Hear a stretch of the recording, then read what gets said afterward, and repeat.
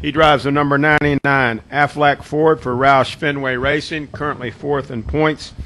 And Carl, you're returning to a racetrack that actually was the site of your first NASCAR National Series win in 2005 when you swept the Nationwide and Cup races that weekend. So you got to feel good about coming to a place where you feel like maybe you can get to victory lane. Yeah, I enjoy racing here, and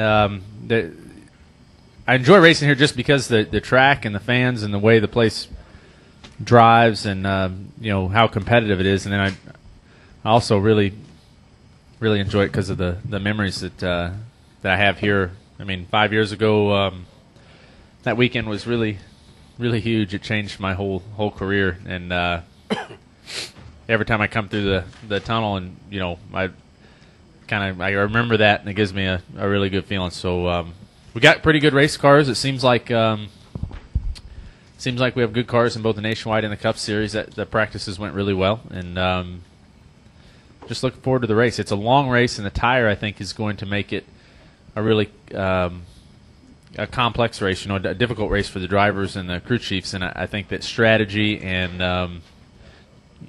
the way you drive the cars, and that's really fun when it's it's more in your hands. I like that. Okay, Carl, thank you very much. We'll start with questions. We'll go Mike, Kenny, Jeff Hood. Mike Hembry's Speed.com. Let me ask you about a matter of protocol. If you have a beef with a driver who wins a race, can you envision yourself going into victory lane to have a discussion about that? I think I've done that before. It just depends. I mean, I don't know. What instance are you talking about? Yeah, I didn't see. Did that happen or something? Yeah, I didn't see it, so I don't know that. But I mean, It's not necessarily inappropriate. No, I mean, yeah, I don't know. I didn't see that one, so I can't comment on that particularly. But I mean, I've gone to victory lane before to explain to somebody what I thought about what happened, But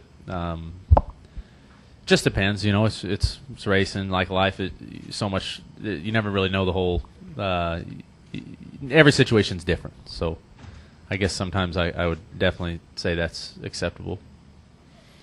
Let's go Kenny, Jeff Hood, and then but Mike. To be clear, I'm not commenting on what happened because I didn't even know what happened. You know what I'm saying? So, all right. Kenny Bruce with SceneDaily.com. Carl, as you have sort of gotten your ship turned around this year, are there specific areas where you guys are better? By the same token, are there areas of the team that you feel like you're still struggling a little bit? You said ship. All right. Yeah. We've got our ship together pretty well here. So you guys are getting pretty rowdy.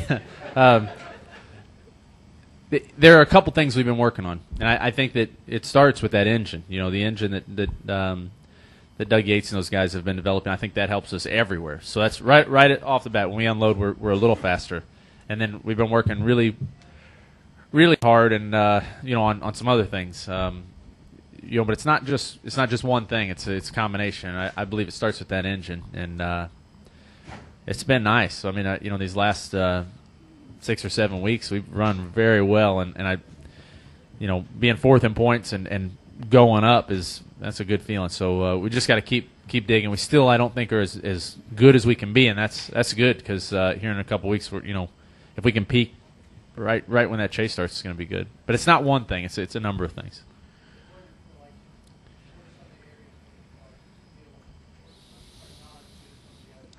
I need to qualify better. That's a big deal. And Watkins Glen was really good. Bristol was good.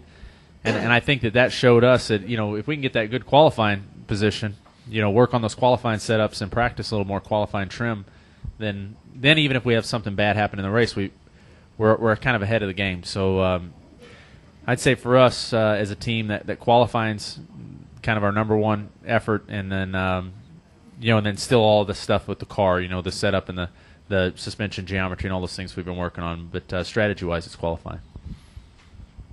Go Jeff Hood, Mike Mulhern, Chuck Howard. Jeff Hood of RacingToday.com. Carl, you've been on a roll since Daytona, but you've only led 6 laps this season. How surprising is that to you, and do you think you can maybe change that number Sunday night here? Yeah, well, that's and to me, that shows how much we've been able to do without a dominant car. We haven't had a car yet that's been just a world beater during a race.